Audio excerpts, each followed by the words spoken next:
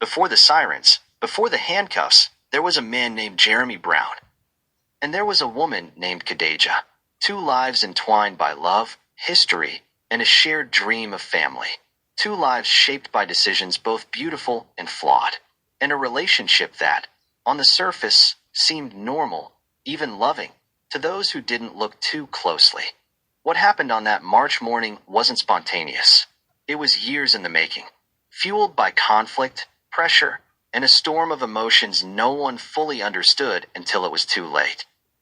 In the end, what unfolded wasn't just a tragedy, it was a chilling reflection of a reality too many people live in silence. This is not just the story of a murder. It's the story of what came before. Of the warnings ignored, the love that turned into resentment, and a tragedy that played out not just in real life, but on a global stage. This is the story of Jeremy and Khadijah Brown.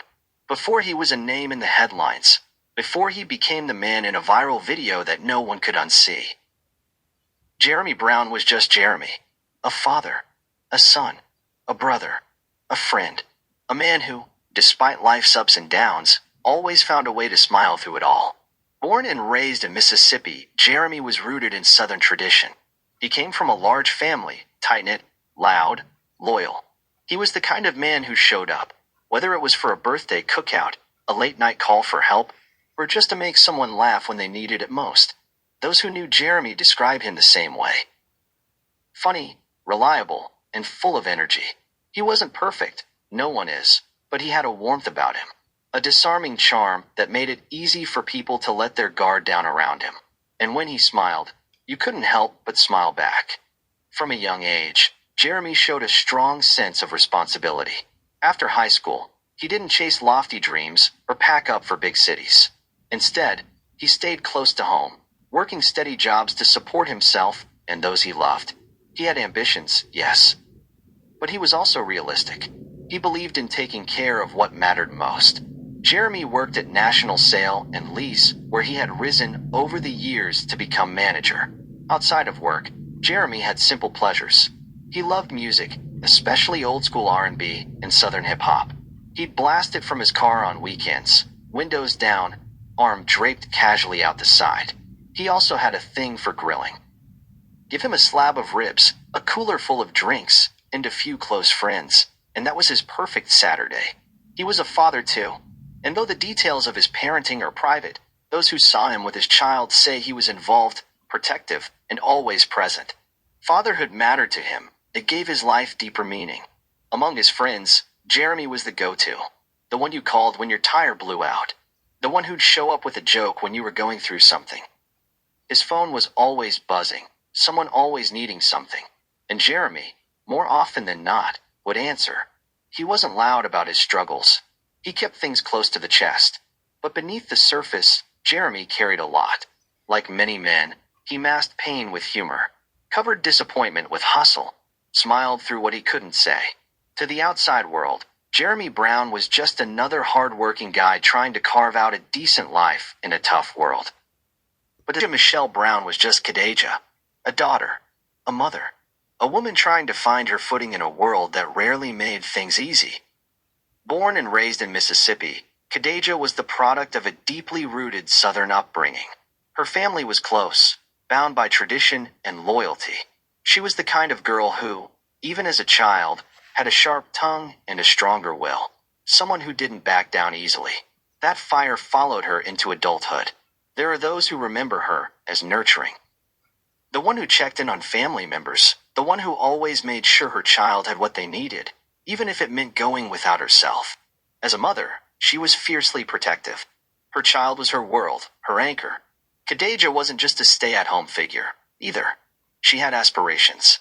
At various points, she worked and studied, with dreams of building something stable, not just for herself, but for her child. She didn't have a straight path laid out for her. Like many young women, she navigated setbacks, financial stress, and personal challenges. But she kept moving forward. Education was part of that journey.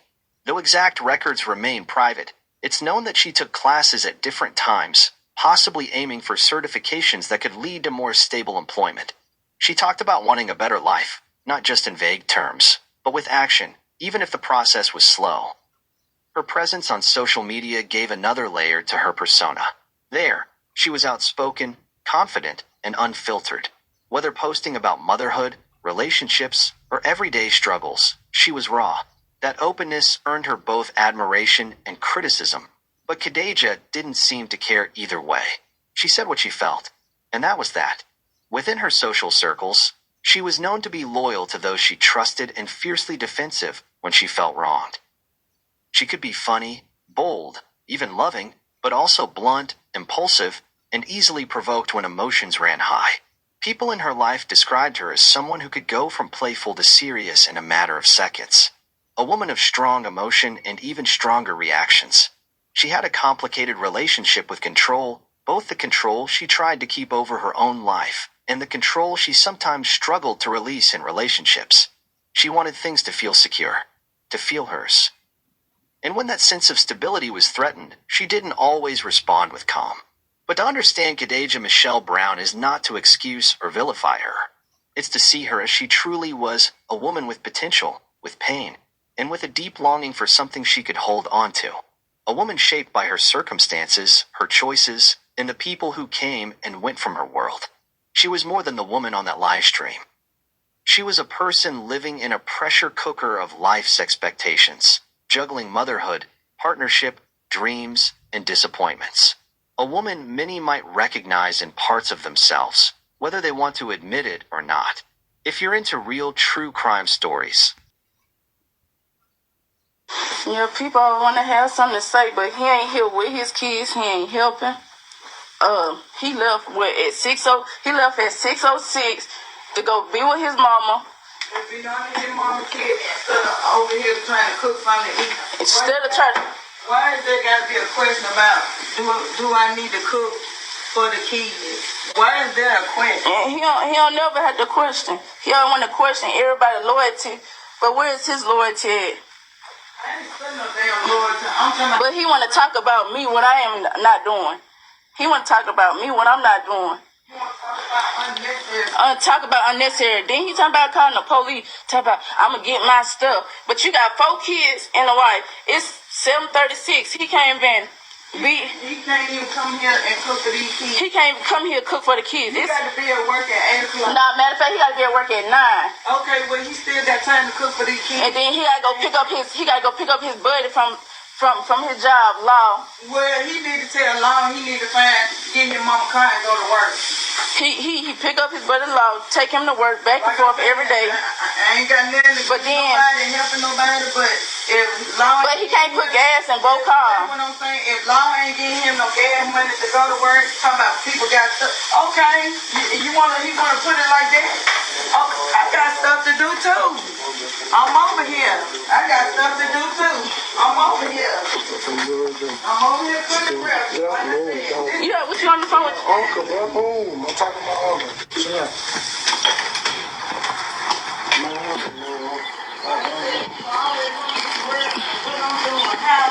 I'm over here. I'm done.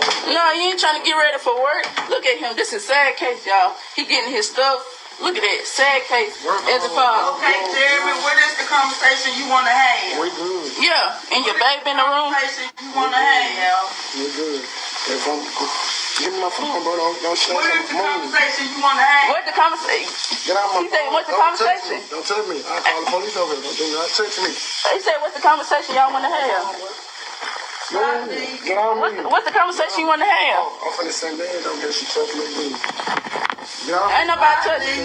I'm gonna send my cousin over here. Do not touch me, Don't bro. have nobody over here. Oh, What man. is the Tell your daughter to keep her hands on. What is the Tell your conversation? daughter to keep her hands on. You don't want to slap me. You don't want to slap me. Hit me now. Hit me now. Keep her hands on. I'm still asking what is the conversation? Oh man, that's what I'm finna do. I'm finna get out. I ain't even trying to argue anyway. I'm just trying to get my... No, you want to go tell your family about this, about that. You want to do this. I'm trying to leave from over here and pee, man. I ain't trying to argue. And Ain't nobody. Let me take my car key off. Them my key. Stop. What is the conversation? No, what's the conversation? What's the conversation? Keep your hands on. What's the conversation? Keep your hands on. Don't touch me, bro. What's the conversation? Move, bro. I'm trying to get ready for work, man. Go on. How you getting ready for work? What is going on? That's all Yeah. I'm here. I'm over here doing. Talking about I don't do nothing for the kids. I don't do nothing. I do what I can when I can. understand. But like I said, don't keep putting me in situations that's not my problem. And then, like I said, this is your family. You supposed to be here helping taking care of He these ain't straight. kids. You want No, you're not good because you're not here taking care of these kids. He wanna go call everybody. Keep your hands on me, bro. Don't touch me again. Touching. Jason, send that over here. We'll make it easy. Send that over here. I'm gonna do it just like that. Send that over here. Ain't nobody finna come over here and do nothing. Get your hands on me, bro. Stop touching me. Move. Jesus, stop. Send that over here, Jason. Ain't nobody coming over here. On me, bro. Sit down. Get your motherfucking hands on me, bro. Stop touching me, bro. Stop. Stop touching me. Y'all wanna kill me. Murder scene, right? Touch me again. Stop. Let go. Touch me. Touch me again. Ain't Touch me a motherfucking again. She said murder scene, murder scene. Ain't nobody finna do nothing. Open the car. Ain't nobody. Stop. Don't worry about it. Touch me Stop. again. Touch me again. Stop. Yeah. Touch me again. Yeah, stop. Yeah, Touch me bitch. again. Stop. Stop. I'm not open here for this. Motherfucker gonna keep her I hands on kill me, your bro. ass now, bitch. Stop. Nobody, I can get out my bed for this. Man, people so Stop. filthy, man. Y'all let me get my shoes on, man. Oh, you ain't getting nothing. Everything in the top is on me. Stop. Get somewhere and sit down. Y'all gonna have to stop all this. Cause then y'all wonder why the kids.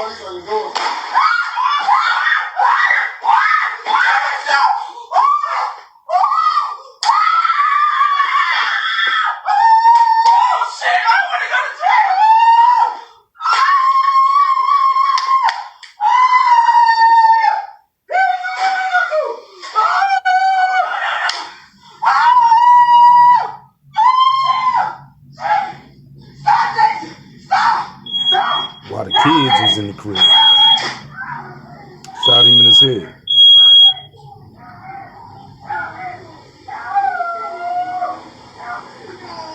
So fucking emotional.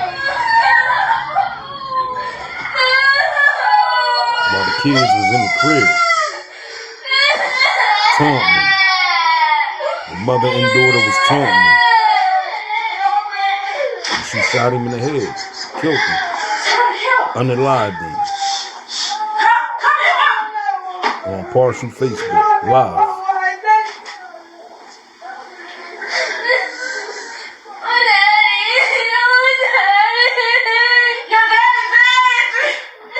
Your daddy did.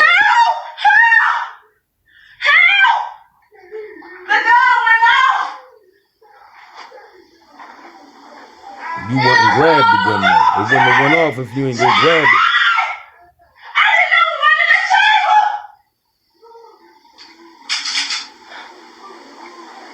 You still kicking the joint back.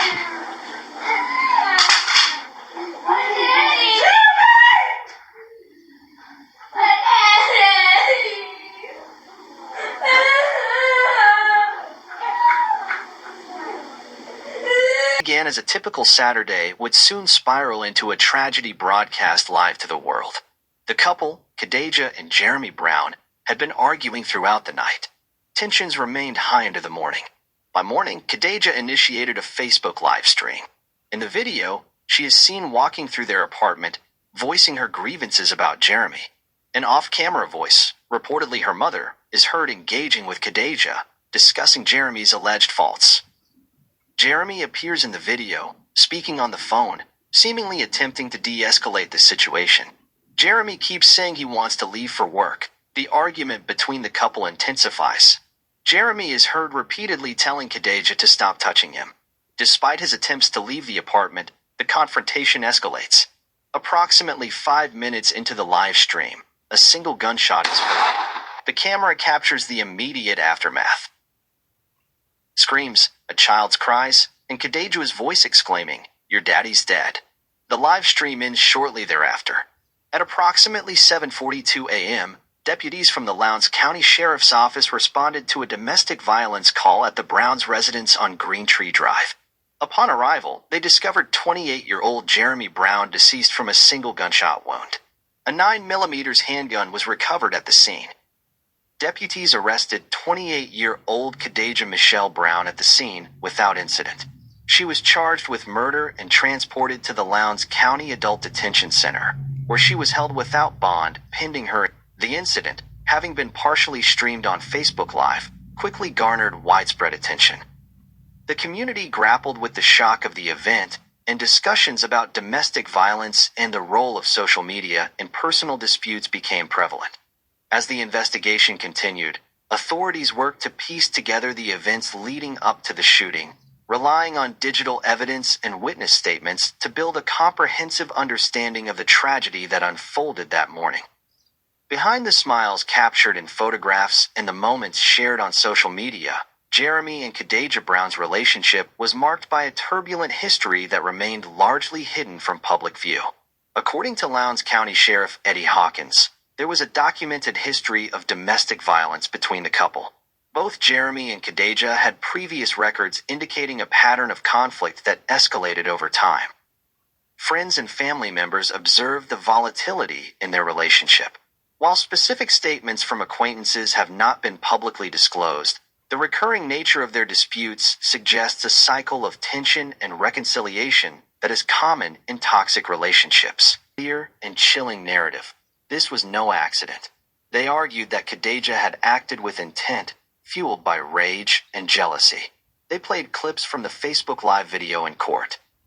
Those agonizing minutes where Jeremy tried to leave, tried to disengage, and tried, ultimately, to survive.